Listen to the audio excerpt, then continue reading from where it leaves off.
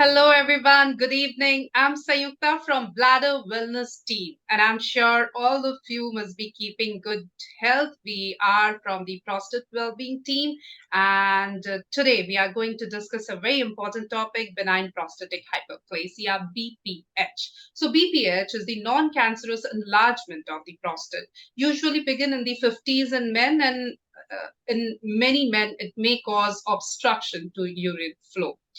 Many times the person who's suffering from BPH have to get up and go to the toilet at night, and is the most troublesome aspect of this condition, as it makes them tired during the day as well. Having to urinate frequently during the day, sometimes with a sense of urgency, can also be tiring for patients and can make traveling or attending events such as theater, going to cinema, socializing, etc., difficult. A doctor, such as a neurologist, can treat this condition and help the patient to get relief. So, to throw more light on the subject and guide us on what's right for diagnosis and treatment of BPH, today we have with us renowned urologist Dr. Krunal Kundadia. He is MBBS, MS in general surgery, DNB urology. He has a rich experience and hands on expertise in stone management as well as in treating urological problems. He is currently practicing at Synergy Super Speciality Hospital, Rajkot, Gujarat. It's such a pleasure to have you with us, Dr. Trunal. My pleasure, ma'am. So, doctor, as you have a rich experience in the field of urology and you carries out the diagnosis and treatments with utmost precision and efficiency, ensuring that patients' health is in safe hands. Today, it's such a pleasure to have you with us to talk and throw and shed more light on BPH. So, to begin with, doctor, first of all, what is prostate, क्योंकि ये जो हम BPH के बारे में बात करने जा रहे हैं ये रिलेटेड है प्रोस्टेट से, तो सबसे पहले हम यही जानना चाहेंगे प्रोस्टेट क्या होता है। प्रोस्टेट जो है वो कोई रोग नहीं है, वो कोई डिजीज नहीं है। तो प्रोस्टेट है वो एक्चुअली हर मेल में होता ही है। वो एक दिन का अगर बच्चा है या फिर 90 इयर्स का कोई अंकल है, तो सब में प्रोस्टेट होता ही है। लेडीज में नहीं होता है, लेकिन फीमेल में नहीं होता, मेल में सब में होता है। और वो जो हमारा पेशाब का ब्लैडर होता है, यूरिन ब्लैडर होता है, उसके नीचे, और जो पेनिस होता है, जो स्टार्टिंग होता है पेनिस का, उसके दोनों के बीच में रहता है। वो हमारा जो सीमेन बनता है, वीर्य बनता है, उसका काफी पार्ट उसमें से प्रोस्टेट में से आता है। तो एक्चुअली प्रोस्टेट हमारा एक एंडोक्राइन ग्लैंड मान सकते हैं, जैसे थायराइड होता है, पेनक्रियास होता है, ऐसे और वो सब में है, सब जेंट्स में है। तो ऐसा नहीं प्रोस्टेट हो गया या प्रोस्टेट का डिजीज हो गया, ऐसा नहीं है, सब में प्रोस्टेट। लेकिन बात ये है, because of some hormonal changes after 50 year it become enlarge.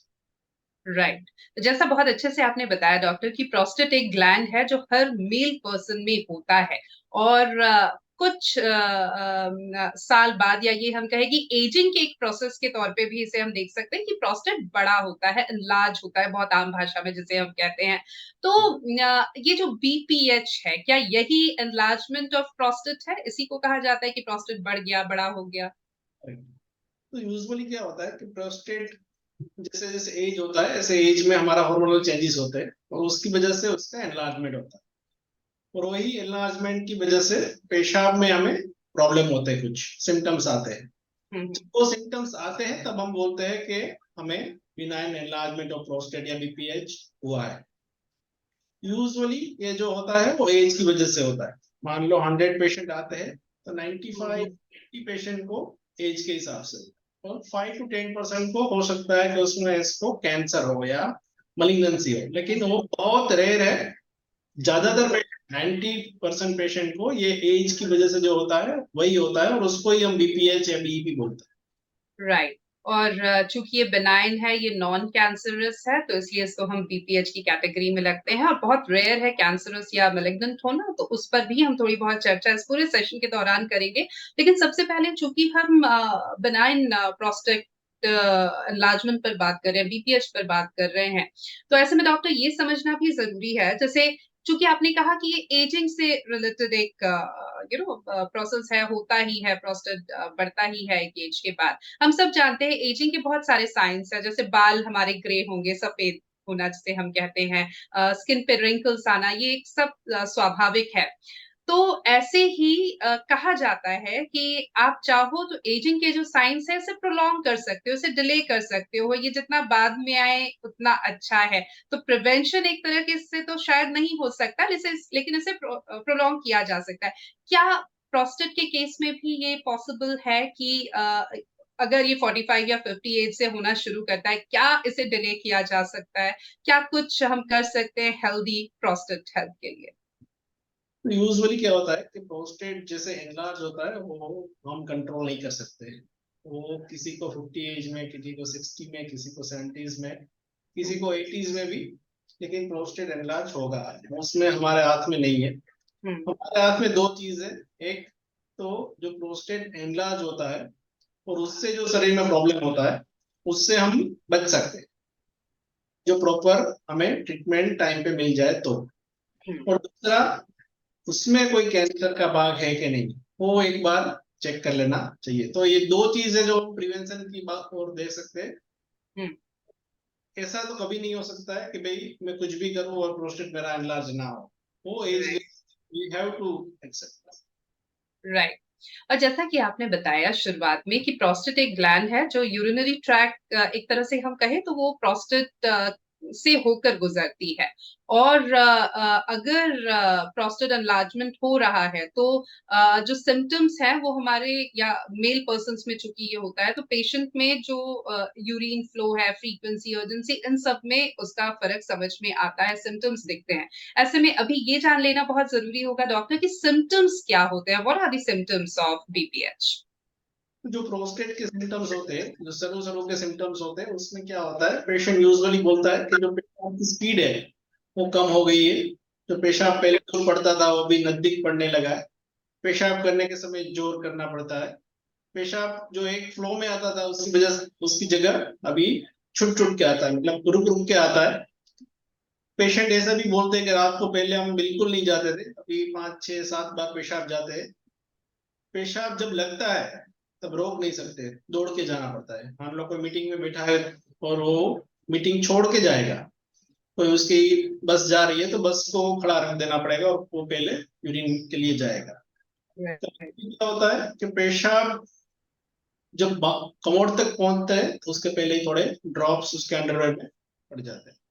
तो ये सब जो सिम्टम्स है वो सरू के सिम्टम्स है। अगर इसमें हमें प्रॉपर ट्रीटमेंट मिल गया तो मेडिसिन से ही अच्छा हो सकता है। अगर नहीं हो तो हो सकता है एक दिन कि जब सिम्टम्स बढ़ जाए तब उसको पेशाब बिल्कुल बंद हो जाए। बिल्कुल मतलब एक ड्रॉप भी वो पास ना कर पाए और अंदर बहुत सारा पेशाब जमा हो सकता है। तो एक जात का ये इमरजेंसी जैसा हो सकता है। तो शुरू में बिल्कुल, तो इसलिए बहुत ज़रूरी है कि इन सिम्पटम्स को हम समझें और अगर ये सिम्पटम्स हैं तो एक यूरोलॉजिस्ट से जाके संपर्क करें। आमतौर पर ये होता है डॉक्टर, जो सिम्पटम्स आपने बताया, चाहे वो फ्रीक्वेंसी से रिलेटेड हो, अर्जेंसी से रिलेटेड हो, इसमें हम ये मान लेते हैं कि एजिंग का ये एक सिम्पटम है, मतलब एज हो रही है या कई, क्योंकि डायबिटिक पेशेंट्स की संख्या भी हमारी सोसाइटी में बहुत है, तो वो कह देंगे कि नहीं, नहीं वो तो डायबिटिक हूँ मैं, या फिर एज हो रही है तो ये तो होगा ही, रात में बार-बार उठना ही होगा, या फ्रीक्वेंसी, अर्जेंसी, इनकॉन्टिनेंस से जुड़े सिम्पटम्स होंगे ही। तो कई बार तो हम जानते ही नहीं हैं या एक तरह से जानते भी हैं तो उसे इग्नोर करने की कोशिश करते हैं कि नहीं, नहीं कोई दिक्कत नहीं है, ये तो एजिंग का एक पार्ट है और इसके साथ ही मुझे रहना है। लेकिन आपने कहा कि मेडिसिन से भी बहुत आसानी से इससे आपको रिलीफ मिल सकती है, दूसरे भी और तरीके हैं। तो क्या इसे ये मान के बैठ जाना कि ये तो एजिंग का एक पार्ट है और इसका कुछ नहीं हो सकता, I will have to live with it, ये ओके है या हमें जाके डॉक्टर से मिलना चाहिए? जो ये मैंने जो बोला आपको उसमें से अगर कुछ भी आपको है तो I think you should go to the urologist at least once in 1 year. तो मेन जो है हमें जब देखते हैं ओल्ड एज में पेशेंट, तो जो पेशेंट 2 बार से मतलब रात को सो गया हो तो उसके बाद उसको 2 बार पेशाब जाना पड़ सकता है तो वो हम नॉर्मल तक गिन सकते हैं। अगर 2 बार से ज्यादा जाना पड़ता है तो उसको वो नॉर्मल नहीं है। कोई भी पेशेंट हो, डायबिटिक पेशेंट हो, हार्ट पेशेंट हो या नॉर्मल पेशेंट हो, सबको अगर 2 बार जाना पड़ सकता है तो ठीक है। 2 बार से ज्यादा जाना पड़ा तो दैट मीन्स के this is not normal, and in that case you have to go to the neurologist. ऐसे ही दिन में अगर आप दिन में 5 6 बार पेशाब जाते हो तो ठीक है, लेकिन हर घंटे पे हर आधे घंटे पे जाते हो तो दैट इज नॉट नॉर्मल। कुछ भी आप डायबिटिक हो या नॉन नॉन डायबिटिक। ऐसे ही जब पेशाब आप करना स्टार्ट करते हो और अगर आपको हर बार फोर्स करना पड़ता है तो दैट इज नॉट नॉर्मल। आप कोई भी एज में हो, दैट मीन्स के you have to consult neurologist. बिल्कुल, तो ये समझना बहुत ज़रूरी है कि अगर इनमें से कोई भी सिम्पटम है तो प्लीज़ इन्हें इग्नोर नहीं कीजिए, यूरोलॉजिस्ट के पास जाइए और ये कोई टैबू टॉपिक नहीं है, एक बहुत नेचुरल प्रोसेस है, सबके साथ होता है क्योंकि सब में all males do have this gland. तो ऐसे में शर्माने की, हिचकिचाने की कोई ज़रूरत नहीं है, ज़रूरत है तो बस इस बात की कि हम एक यूरोलॉजिस्ट से संपर्क करें और अगर हमें भी अपने घर में जो हमसे बड़े हैं, उनको देख के ही लग रहा है कि बार-बार वो वॉशरूम जा रहे हैं, रात को ठीक से सो नहीं पा रहे हैं, तो हमें उनको ये कन्विंस करना चाहिए कि ये एक इस तरह की कंडीशन होती है और ये ट्रीटेबल है, आपको इससे आराम मिल सकता है। तो please go and take them to a neurologist, that's really important. Doctor, आपने बीच में ज़िक्र किया कि अगर इसे हम इग्नोर करते रहे इन साइंस को, ये मान के बैठ जाए कि नहीं-नहीं ये तो ऐज के साथ होता ही है, तो एक स्थिति ये भी आ सकती है जब यूरिन का एक भी ड्रॉप नहीं आएगा बाहर और निश्चित तौर पे ये बहुत ही एक बड़ी संकट की बात तो है ही, चिंता का विषय तो है ही। ऐसे में ये समझ लेना भी बहुत ज़रूरी है कि अगर ये सिम्पटम्स को हम इग्नोर करते रहे, तो वो हमारे लिए कितना हार्मफुल, कितना डेंजरस हो सकता है। उस पर हम चाहेंगे कि आप थोड़ी और बात करें।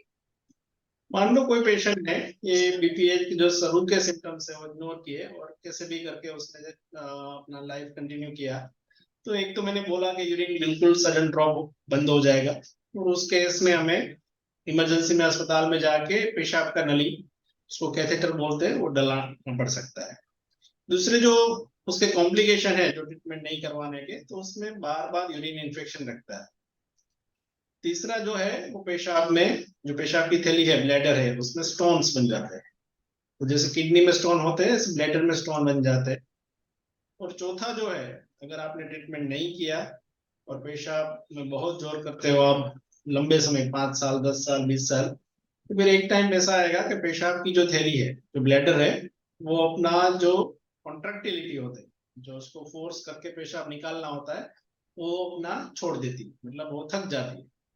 तो उसमें क्या होता है कि उसके बाद प्रोस्टेट का कुछ भी सिम्टोम ट्रीटमेंट कर लो, उसको पेशाब ठीक से नहीं होगा। तो ये 3-4 चीज है जो हमें अवॉइड कर सकते हैं, जो अगर हमने टाइम पे ट्रीटमेंट कर लिया तो।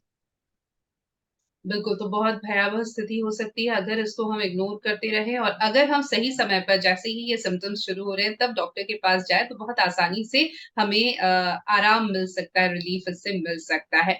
जब एक पेशेंट आपके पास आता है डॉक्टर इस तरह की समस्याओं को लेकर, इस तरह के सिम्पटम्स को लेकर, तो किस तरह से आप डायग्नोस करते हैं कि ये बीपीएच ही है? क्या कोई टेस्ट होता है या सिर्फ क्लिनिकल इन्वेस्टिगेशन या हिस्ट्री लेकर ही आप ये बता देते हैं कि ये बीपीएच है और इसका क्या ट्रीटमेंट होगा? डायग्नोसिस किस तरह से? ठीक है। तो जो डायग्नोस होता है वो मिक्स होता है। थोड़ा हम क्लिनिकल हिस्ट्री से आइडिया लगाते हैं, थोड़ा पेशेंट को देख के लगाते हैं, और थोड़ा जो रिपोर्ट्स हम इन्वेस्टिगेशन कराते हैं वो सब में कराते हैं। तो हिस्ट्री में मैंने जैसे जो जो सिम्टम्स बताया वो हम उसको डेलीबरेटली सब पूछते हैं कि आपको कब से है, कितना बोदरसम है, आपको अपने रूटीन लाइफ में ये कितना अफेक्ट कर रहा है। उसके बाद पेशेंट को हम एग्जामिन करते हैं, प्राइवेट पार्ट एग्जामिन करते हैं। प्रोस्टेट को पाल्पेट करने के लिए उसकी एक अलग टेक्निक आती है, तो वो हम करते हैं और उससे हमें आइडिया लगता है कि प्रोस्टेट कितना बड़ा है। और उसके बाद यूजुअली हम एक अल्ट्रासोनोग्राफी सोनोग्राफी कराते हैं, तो उसमें प्रोस्टेट का हमें वॉल्यूम पता चल जाता है कि कितना ग्राम प्रोस्टेट है। और उसमें हम वो भी बोलते हैं रेडियोलॉजिस्ट को कि यूरिन करने के बाद आप चेक करो कि अंदर कितना रेसिड्यू रह रहा है। तो वो भी रेडियोलॉजिस्ट को हमने बोला ही होता है कि भाई आप एक बार सोनोग्राफी हो जाए, उसके बाद पेशेंट को बोलो कि पेशाब जाके आ जाए, और उसके बाद अंदर कितना जो पड़ा रहता है वो भी हम वॉल्यूम मेजर करते हैं, उसको पोस्ट वेट रेसिड्यू बोलते हैं। और वो बहुत हमारे लिए इम्पोर्टेंट फैक्टर है ट्रीटमेंट डिसीजन के लिए। और तीसरी, एक बार हम एक सीरम पीएसए करके जो टेस्ट आता है जो कैंसर को रूल आउट करता है, वो भी एक बार करा ही लेते हैं। और बेसिक जो इन्वेस्टिगेशन होता है उसमें एक हम क्रिएटिनिन रिपोर्ट कराते हैं किडनी के लिए, यूरिन में इन्फेक्शन है कि नहीं उसके लिए एक यूरिन का सिंपल रिपोर्ट कराते हैं। तो बहुत बेसिक रिपोर्ट होते हैं और उसके बेसिस पे हमें थोड़ा आइडिया लग जाता है कि प्रोस्टेट का कितना इम्पोर्टेंस अभी पेशेंट को देना है। और लास्ट में एक हम यूरोफ्लोमेट्री कराते हैं, उसमें जो एक मशीन होता है उसमें पेशेंट को एक सिर्फ यूरिन करना रहता है। और उसके बेस पे हम स्पीड उसका मेजर कर लेते हैं। तो वो भी हमें ट्रीटमेंट में गाइड करता है कि कितना मेडिसिन देना है या फिर ऑपरेशन पे जाना है या कुछ भी करना है कि नहीं करना, वो न्यूरोफ्लोमेट्री पे से भी डिसाइड कर सकते हैं। तो बेसिकली थोड़ा मिक्स पेशेंट के सब सिम्टम्स, उसका एग्जामिनेशन और थोड़े घणे रिपोर्ट के बेसिस पे हम डिसाइड कर लेते हैं कि पेशेंट को एक्चुअली प्रोस्टेट का प्रॉब्लम है या कुछ और है। और अगर प्रोस्टेट का प्रॉब्लम है तो उसका कितना अभी ग्रेड है, तो उसके बेसिस पे हम उसको ट्रीटमेंट एडवाइस कर सकते हैं। बिल्कुल। आपने अभी ये बताते हुए कि किस तरह से डायग्नोस किया जाता है, एक टर्म यूज़ किया पीएसए। आपने बताया एक टेस्ट है जिससे हम ये रूल आउट करते हैं कि वो कहीं कैंसरस तो नहीं है। ऐसे में सबसे पहले तो मैं ये जानना चाहूँगी डॉक्टर कि हमने जो सिम्पटम्स डिस्कस किए अभी बीपीएच के, क्या वही सिम्पटम्स अगर प्रोस्टेट एनलार्जमेंट में मतलब जो पूरा वो है वो कैंसरस है, तो क्या सेम सिम्पटम्स होते हैं या सिम्पटम्स में कोई तब्दीली आती है? यूजुअली सेम सिम्टम्स होते हैं। थोड़े बहुत पेशाब में खून आना, बैक पेन रहना, भूख कम लगना, वजन कम होना, वो सब एक्स्ट्रा सिम्टम्स हैं जो प्रोस्टेट की मैलिग्नेंसी में, प्रोस्टेट के कैंसर में एक्स्ट्रा आता है। यूजुअली जो ये सब सिम्टम्स है जो मैंने बोले वो सब लास्ट में आते हैं। शुरू में तो यू कैन नॉट डिफरेंशिएट कि दिस इज बिनाइन और this is a cancer. Only by examination and by this serum PSA test we can rule out. Okay.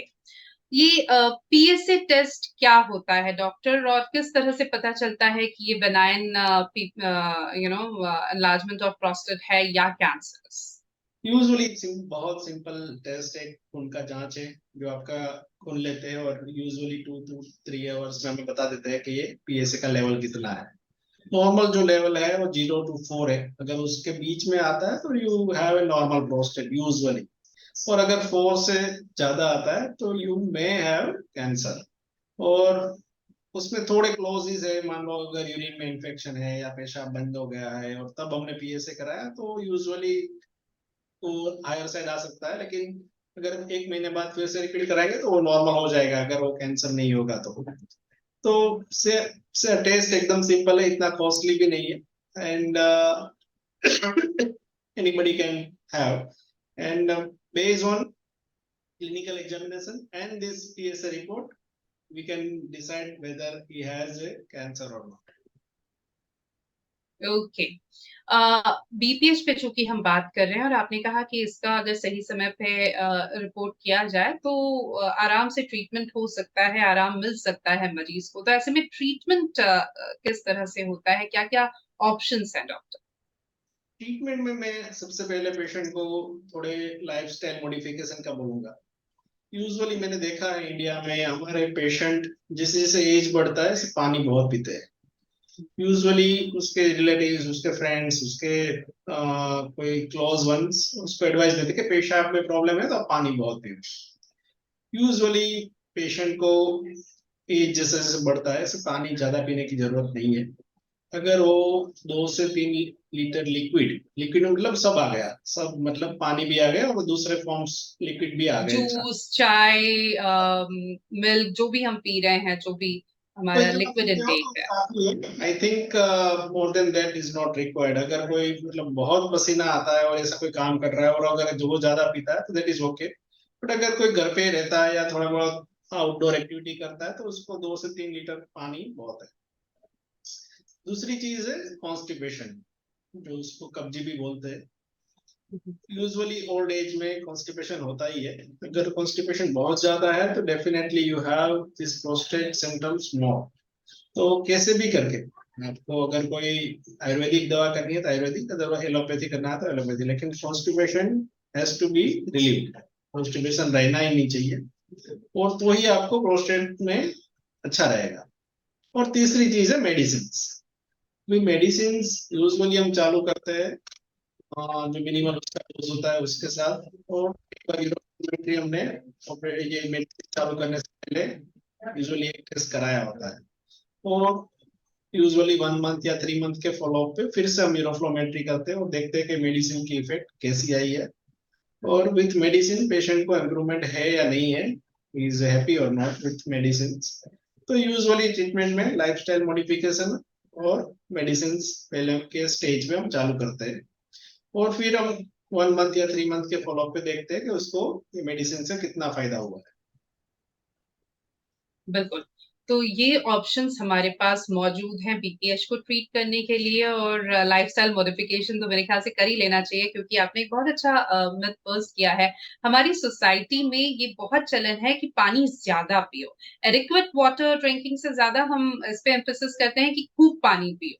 तो ऐसे में क्या इन जनरल भी क्योंकि कई बार हमने देखा है रात में जो लोग उठते हैं बार-बार पेशाब के लिए, वो उठते हैं, जाते हैं, दे विल वॉइड देमसेल्व्स वो वापस आएँगे और फिर 1 ग्लास पानी पिएँगे, फिर सोएँगे। ऐसे ही सुबह-सुबह खाली पेट ये आजकल बड़ा ट्रेंड में है कि हम 1 डेढ़ लीटर पानी एक बार में पी जाएँ, वो हमारी बॉडी के सारे वेस्ट को फ्लश करेगा। बहुत सारी बातें इसमें सही होंगी, बहुत सारी होंगी जो शायद सही नहीं है। तो इसके बारे में भी आप कुछ बताना चाहेंगे डॉक्टर? उसमें क्या है कि जब तक आपको प्रोस्टेट के सिम्टम्स नहीं है, आप आसानी से पेशाब पास कर रहे हो, तब तक आपको जो पानी पीना है, जो लिक्विड लेना है, लो। हुँ, So once you get prostate symptoms, then you have to follow the instructions. तो एक बार आपको लगे कि नहीं अभी पेशाब में जोर ज्यादा करना पड़ रहा है या फिर रात को 2-3 बार पेशाब जाना पड़ रहा है, तो इसके प्रोस्टेट सिम्टम्स और उसके बाद आपको पानी कम कर देना है। अगर कोई पेशेंट है 60 ईयर्स का और उसको प्रोस्टेट का कोई सिम्टम्स नहीं है और अगर उसको ज्यादा पानी पीना है तो आई हैव नो ऑब्जेक्शन। लेकिन अगर कोई 50 ईयर का भी मेल है और उसको प्रोस्टेट के सिम्टम्स आ गए तो then you can not drink 7 litre water 10 litre water, otherwise he definitely has some more problem with his prostate. तो डिपेंड्स के तमाम आपका प्रोस्टेट का सिम्टम्स आए हैं या नहीं आए, अगर आए हैं then you have to be careful, otherwise you can continue the whatever you want. तो जैसे प्रोस्टेट के सिम्टम्स पे डिपेंड्स करता है कि उसको पानी ज्यादा पीना है कम पीना। अगर है प्रोस्टेट के सिम्टम्स देन ये जो पानी मैंने बोला है वो कम नहीं है, वो एडिक्वेट है and that is more than enough for your routine healthy life. Right. एक तो हम बार-बार इस बात पे ज़ोर दे रहे हैं डॉक्टर कि जैसे ही ये सिम्पटम्स आपको नज़र आए, इस पर मत पड़िए कि ये एज से रिलेटेड है, डायबिटीज़ से रिलेटेड है या किससे रिलेटेड है। अगर ये सिम्पटम्स हैं तो एक बार यूरोलॉजिस्ट को जाके दिखाना चाहिए और आपने कहा कि साल में एक बार एक सर्टेन एज के बाद 50 प्लस में मेल्स को डेफिनिटली क्योंकि प्रोस्टेट्स से रिलेटेड इश्यूज़ होते हैं कई बार तो इसलिए एक चेकअप करा देना चाहिए, डॉक्टर को दिखाना चाहिए, डॉक्टर से संपर्क में रहना चाहिए। ऐसे में एक तो ये है कि वो लोग जो सतर्क रहते हैं और जिनको पता चल गया कि अच्छा चलो ये सिम्पटम है, हम डॉक्टर से जाके मिल लेते हैं या एक एज हो गई है 55-60 क्रॉस कर लिया है तो अब साल में एक बार हम टेस्ट करा लेते हैं, दिक्कत आई तो डॉक्टर को दिखा दिया। कुछ ऐसे लोग हैं जो बहुत सालों तक इग्नोर करते हैं। कई तो जान ही नहीं पाते हैं कि ये उनके लाइफ़स्टाइल का एक हिस्सा बन जाता है कि रात में 4-5 बार उठ रहे हैं और वो उसे नॉर्मल मानने लगते हैं। दिन में बार-बार वो जा रहे हैं या फ़ोर्स पे, यूरिनेशन के या दूसरी तमाम चीज़ों पर असर पड़ता है, लेकिन वो उसे अपनी लाइफ़ का एक हिस्सा बना लेते हैं।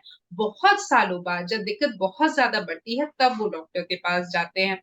तो ऐसे में ये हम मान के चल रहे हैं डॉक्टर कि इन दोनों के केस में जो ट्रीटमेंट का लेंथ होगा, ये अंतर आएगा क्योंकि जो सबसे पहले डॉक्टर के पास फ्यूअर सिम्पटम्स में पहुँचता है, क्या उसका ट्रीटमेंट आसान होता है या कॉम्प्लिकेशंस कम होती है बनस्पत इसके कि हम बहुत ज़्यादा इंतज़ार करके या बहुत क्योंकि आजकल इतने इन्फ्लुएंसर्स हैं, सोशल मीडिया पे इतनी इन्फॉर्मेशन है, हम सब फॉलो करने के बाद एक जब डॉक्टर के पास जब पहुँचते हैं, क्या तब क्या कॉम्प्लिकेशन या ट्रीटमेंट का लेंथ बढ़ जाता है?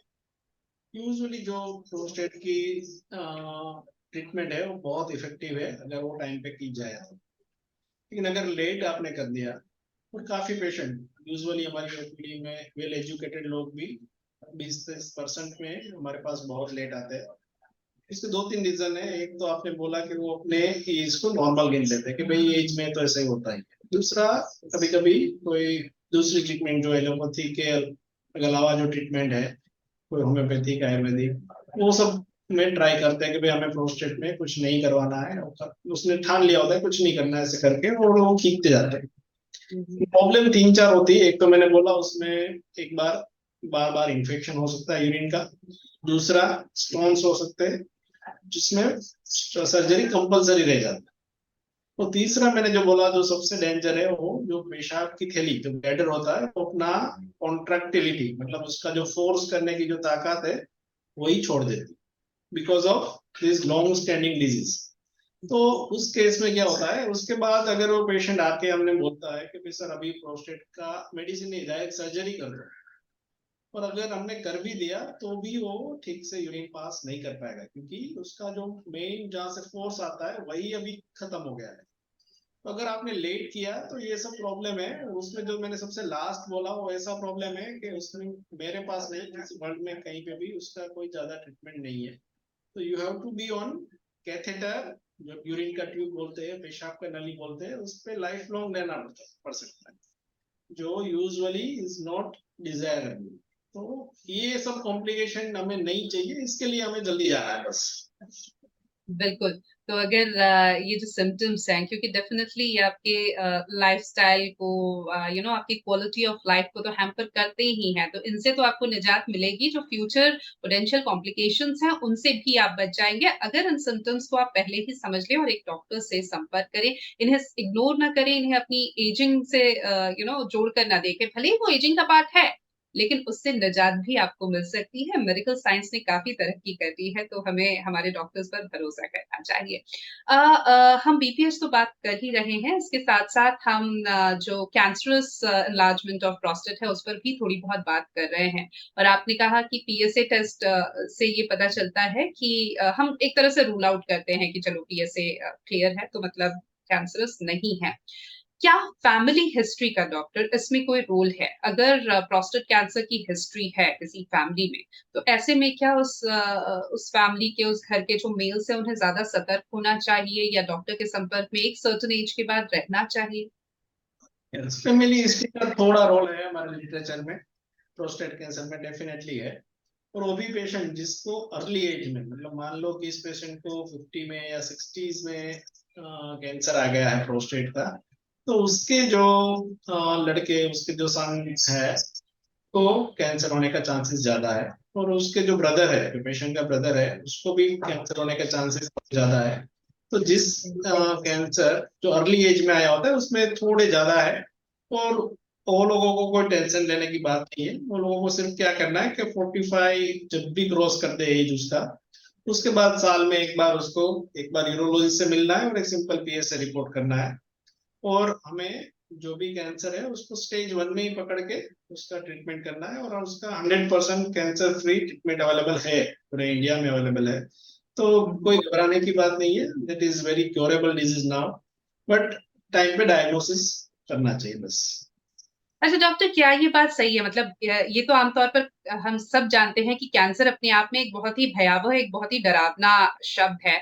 लेकिन प्रोस्टेट कैंसर के लिए कहा जाता है कि ये बहुत ही एक स्लो प्रोसेस में बढ़ता है। उसका जो एग्रेशन है वो उतना नहीं है, क्योंकि आमतौर पे कैंसर में हम देखते हैं बहुत जल्दी सेल्स मल्टीप्लाई होते हैं, बहुत जल्दी फैलता है।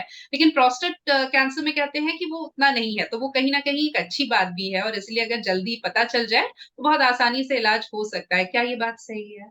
एकदम सही है। ये जो प्रोस्टेट का जो कैंसर है वो बेसिकली कोई इसका कोई फैक्टर है, रिस्क फैक्टर नहीं है। मान लो कि कोई पेशेंट है जिसने बहुत स्मोकिंग किया है, उसको लंग कैंसर होता है, तो definitely he has bad prognosis.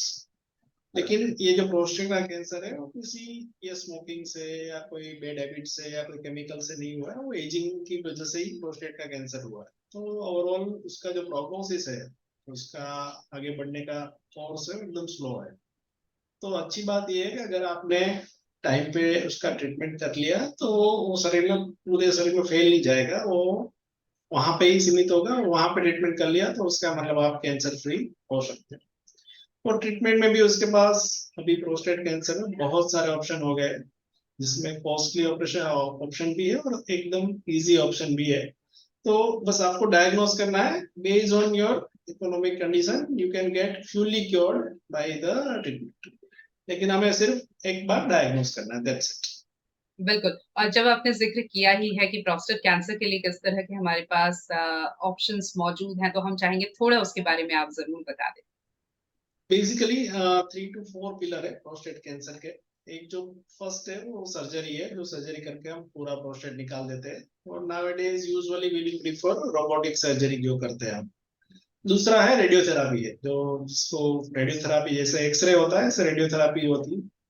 तो उसमें उसका कोर्स होता है, वो जो हम अगर पूरा करेंगे तो उसमें भी कैंसर में मिट सकता है। तीसरा, ये दोनों के साथ में एक हमें हार्मोनल थेरापी रहता है यूजुअली प्रोस्टेट कैंसर में, वो बहुत कॉमन है और बहुत इफेक्टिव है, हार्मोनल ट्रीटमेंट करते हैं। और चौथा जो है कभी कभी हम केमोथेरापी जो डोज बोलते हैं वो भी हम देते हैं। बेसिकली अगर पेशेंट टाइम पे ट्रीटमेंट लेता है तो ये सब के कॉम्बिनेशन से उसको कंप्लीट कैंसर फ्री हम कर सकते राइट। और जैसा कि हम जानते हैं और आपने भी बताया डॉक्टर कि अगेन जो प्रोस्टेट से रिलेटेड समस्या है, चाहे वो बेनाइन हो या कैंसरस हो, वो एक एज के बाद होता है। और हम ये भी जानते हैं कि कई ऐसे ट्रीटमेंट्स हैं, आमतौर पर अगर किसी कैंसर पेशेंट का ट्रीटमेंट किया जाए तो उनका एज बड़ा एक डिसाइसिव फैक्टर होता है treatment, line of treatment decide करने के लिए भी। कई बार हम कहते हैं कि अगर 80 साल या 90 साल के ऊपर के हैं या बहुत हेल्दी नहीं है पेशेंट, तो ऐसे में कीमो या रेडिएशन कई बार पेशेंट नहीं ले पाते। ये तो समस्या ही एज से जुड़ी हुई है, एजिंग से जुड़ी हुई है, तो ऐसे में क्या इसमें भी ये फैक्टर्स कंसिडर किए जाते हैं? डेफिनेटली इसमें जब हम काउंसलिंग करते हैं पेशेंट या उसके रिलेटिव को ट्रीटमेंट के बारे में, तो हमें पेशेंट को पहले देखना है, ट्रीटमेंट को बाद में देखना है। अगर पेशेंट की जनरल वेलबींग कैसी है, उसकी फिजिकल फिटनेस कैसी है, इसके डिपेंड्स करता है कि उसके बाद हम उसको ट्रीटमेंट सजेस्ट करें। अगर मान लो कोई 90s में आया है हमारे पास प्रोस्टेट कैंसर के साथ, तो हो सकता है हम कुछ ना करें, सिंपल मेडिसिन दे के उसको बोले कि अभी हमें कुछ नहीं करना है, कि ये ट्रीटमेंट है, वो उसका जो लाइफ है उसका जितना भी अभी उसमें ज्यादा अफेक्ट नहीं करेगा। जैसे ही कोई अर्ली एज में आया, मान लो कि 60s में आ गया है, तो he has a very good life ahead, तो उसमें थोड़ा हम एग्री करते हैं और उसमें जितना भी हो सके उसका सब कॉम्बिनेशन करके उसको हम ट्राई करते हैं कि उसको कैंसर फ्री कर दे, तो उसके जो बाकी की लाइफ है वो विदाउट एनी प्रॉब्लम ली जाए। तो जब भी हम एडवाइस करते हैं कुछ भी ट्रीटमेंट, तो डिपेंड्स के उसकी जनरल कंडीशन कैसी है, पेशेंट का फिटनेस कैसी है, उसकी फाइनेंशियल कंडीशन क्या है, और उसकी अप्रोच जो है उसको मेन मतलब जो सेंटर है उससे उसका घर कितना दूर है, सब डिपेंड्स करता है। और उसके बेसिस पे हम उसको बोलते हैं कि आपके लिए ये सबसे बेस्ट है, and then we will start the treatment. Right. कुछ हमारे व्यूअर्स हैं जिन्होंने अपने सवाल पूछे हैं। जॉन वर्गीस का सवाल मैं सबसे पहले ले लेती हूँ। वो जानना चाह रहे हैं कि आर देयर सपोर्ट ग्रुप्स और resources available for individuals dealing with prostate health concerns and can you recommend any? क्या इस तरह के सपोर्ट ग्रुप्स होते हैं डॉक्टर प्रोस्टेट रिलेटेड पेशेंट्स के लिए? यूजुअली इंडिया में कैंसर सपोर्ट ग्रुप बहुत है, तो यूजुअली आप अगर उसमें जाते हो तो usually will get the prostate related जो भी एडवांटेज है वो मिल जाता है। दूसरा जो सपोर्ट ग्रुप हम यूजुअली देखते हैं वो ट्रीटमेंट या कुछ फाइनेंशियल हेल्प के लिए ढूंढते हैं, तो उसमें भी गवर्नमेंट का जो ये सब स्कीम चलता है उसमें भी ये सब फुल्ली इंक्लूड है, तो उसमें भी आप एनरोल करके उसमें भी ट्रीटमेंट कर सकते हो। और प्रोस्टेट के अवेयरनेस के जैसे ये सब सोशल मीडिया पे काफी सारे पेजेस है, उसको आप फॉलो कर सकते हो, तो उसमें भी आपको बहुत सारी जो रिसेंट ट्रीटमेंट होती है उसके डिस्कशन या ऐसे वेबिनार ये सब मिलता है, मिल जाता है। तो अगर आप चाहो तो इसमें प्रोस्टेट में आपको सपोर्ट ग्रुप भी मिल जाता है, गवर्नमेंट की ओर से फाइनेंशियल सपोर्ट भी मिल जाता है, और जो कुछ एडवाइस चाहिए वो हमें सोशल मीडिया पे ही या फिर ऑनलाइन कंसल्टेंसी से भी मिल सकती है। राइट। हमारे एक और व्यूअर है राहुल वत्सवार। उनका सवाल है doctor what is the significance of family history in terms of prostate problems particularly when it comes to cancer risk? इस पर हम बात कर चुके हैं, लेकिन फिर भी एक लाइन में अगर कुछ इन्हें आप सलाह देना चाहें डॉक्टर। प्रोस्टेट कैंसर जो है सबको हो सकता है, लेकिन जिसका फैमिली हिस्ट्री है उसको थोड़े चांसेस ज्यादा है, तो मेरी एडवाइस यही रहेगी कि हमें अर्ली पिकअप करना है प्रोस्टेट कैंसर को, और उसके लिए हमें आफ्टर 45 एज यूजुअली साल में एक बार हमें पीएसए रिपोर्ट करके एक बार यूरोलॉजिस्ट को दिखा देना चाहिए।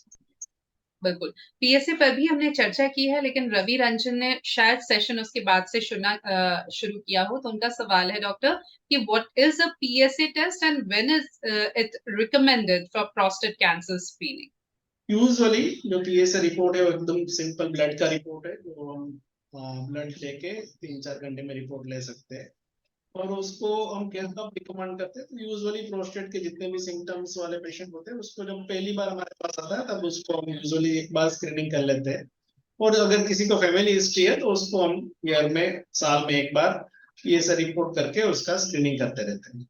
और फॉरेन में थोड़ा ऐसा कंपलसरी पॉलिसी है कि PSA रिपोर्ट ईयर में साल में एक बार करना है।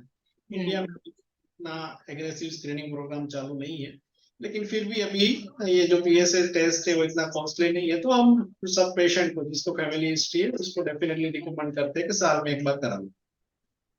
राइट। दीसू देसाई है हमारे साथ, उनका सवाल है, doctor are there any emerging और experimental treatments for prostate cancer that you believe hold particular promise? तो कोई अच्छा ट्रीटमेंट या फ्यूचर में कुछ ऐसा एक्सपेरिमेंट जो आने वाले समय में कोई क्रांति लेकर आएगा प्रोस्टेट वेलबीइंग में? बहुत मतलब जो US में जो प्रोस्टेट कैंसर है वो काफी है, और उसका जो रिसर्च है उसका मेन हब मैं बोल सकता हूँ कि US में है, तो काफी एक्सपेरिमेंटल ट्रीटमेंट ऑनगोइंग है। लेकिन अभी के एज ऑफ नाउ जो सबसे बेस्ट और सबसे अच्छा ट्रीटमेंट है वो है रोबोटिक सर्जरी से प्रोस्टेट का रिमूव करना। तो if you have some prostate cancer and you have in stage 1, 2, even in 3 also sometimes robotic जो सर्जरी होती है उससे काफी पेशेंट को फायदा रहा है, और वो अगर हो जाता है तो फिर कैंसर फ्री सर्वाइवल के बहुत सारी चांस है। अभी एक्सपेरिमेंटल में तो बहुत कुछ है, लेकिन अभी जो सबसे सक्सेसफुल ट्रीटमेंट पार्ट में बोलूं तो अभी ये जो रोबोटिक सर्जरी से जो प्रोस्टेट रिमूव करते हैं that is the I think best. और वो इंडिया में हो भी रहे हैं डॉक्टर? बहुत सेंटर है, may be with in 200-300 kilometres everybody can get robotic surgery nowadays. एक और हमारे व्यूअर हैं भानु प्रताप, ये आखिरी हमारे व्यूअर होंगे जिनका हम सवाल ले रहे हैं अभी। इनकी एज है 28 साल की, लेकिन ये कह रहे हैं कि my प्रोस्टेटियल यूथेट्रल value PUV surgery in 1999 और BNI surgery in 2013 and my age is 28 years. तो ये जो भानु प्रताप है उसको हो सकता है अभी न्यूरोजेनिक ब्लैडर हो गया हो, और ये जो प्रोस्टेट रिलेटेड सिम्टम्स है या है जो भी वो एग्जैक्टली सेम आते हैं ऐसे पेशेंट को भी जिसको पोस्टीरियर वाल या BNI सर्जरी की जरूरत पड़ी है, उसको सेम सिम्टम्स आते हैं, लेकिन एज का डिफरेंस रहता है। तो आई सजेस्ट कि उसको पहले एक यूरोडायनेमिक टेस्ट कर लेना चाहिए, on based on that report we should go for the any further treatment or surgery, but definitely Bhanu Pratap जो भी है उसको प्रोस्टेट तो अभी नहीं हुआ हो क्योंकि उसकी एज अभी 28 है। Usually it start after 50 year, तो प्रोस्टेट रिलेटेड ये प्रॉब्लम नहीं होगा। ये जो भी होगा वो हो सकता है उसको जो छोटी एज में जो भी ऑपरेशन हुआ है उसका कोई प्रॉब्लम हो, या फिर उसको कोई न्यूरोजेनिक जो नर्व्स रिलेटेड जो प्रॉब्लम होते हैं उसकी वजह से। बिल्कुल। और डॉक्टर इस पूरे सेशन को हम समअप करें उससे पहले चाहेंगे कि आप कुछ डूज या डोंट्स या क्या हमें करना चाहिए क्लोजिंग नोट के तौर पर कोई बात अगर आप कहना चाहें। प्रोस्टेट कोई रोग नहीं है, मैं ऐसे बोलूंगा सब पेशेंट को, this is a normal ageing process, तो कोई डरने की बात नहीं है। उसकी जो ट्रीटमेंट है वो एकदम सिंपल है, मैंने जो लाइफस्टाइल मॉडिफिकेशन बोला वो करना है, और सिंपल मेडिसिन लेना है, और साल में 2 बार किसी भी यूरोलॉजिस्ट को एक बार कंसल्ट करना है। और अगर आपको लगे कि मेडिसिन से मेरे को ठीक नहीं हो रहा है तो सिंपल एक सर्जरी आता है TURP करके, वो आप करवा सकते हो। अगर बहुत बड़ा प्रोस्टेट है तो फिर लेजर का ट्रीटमेंट करना पड़ सकता है। और ये जो भी ट्रीटमेंट मैंने बोला है सर्जिकल या मेडिसिन, वो सब एकदम मतलब उसमें साइड इफेक्ट मिनिमल है, तो कोई डरने की बात नहीं है। अगर आपको सर बोलते हैं कि भाई सर्जरी करवा लो तो कोई इतनी बड़ी बात नहीं है, एकदम नॉर्मल सर्जरी है, दूरबीन जो एंडोस्कोपी से होता है, तो कोई कट या कुछ नहीं आता है, और बिना घबराए करवाना है ऑपरेशन। अभी कॉम्प्लिकेशन जो होते हैं वो बहुत कम है, बहुत रेयर है, तो अगर अच्छे किसी भी यूरोलॉजिस्ट के पास गए हो तो they will do very nice job, and आपको ये जो प्रॉब्लम है उसमें से छुटकारा 100% मिल सकता है अगर आप टाइम पे सर के पास गए हो। बिल्कुल। So the bottom line is please do not ignore the symptoms. अगर सिम्टम्स हैं तो प्लीज जाइए और एक सही एक्सपर्ट से, जो कि इस केस में एक यूरोलॉजिस्ट हैं, उनसे संपर्क कीजिए, ये बहुत जरूरी है। Thank you so very much doctor Krunal, it was wonderful talking to you. Thank you for your valuable time, और बहुत अच्छा, बहुत इंफॉर्मेटिव ये सेशन रहा। Thank you so very much. Thank you. And viewers, thank you for your active participation. Stay connected on our FB page, Prostate Wellbeing, and keep watching us. Thank you. Goodbye. Have a good day ahead.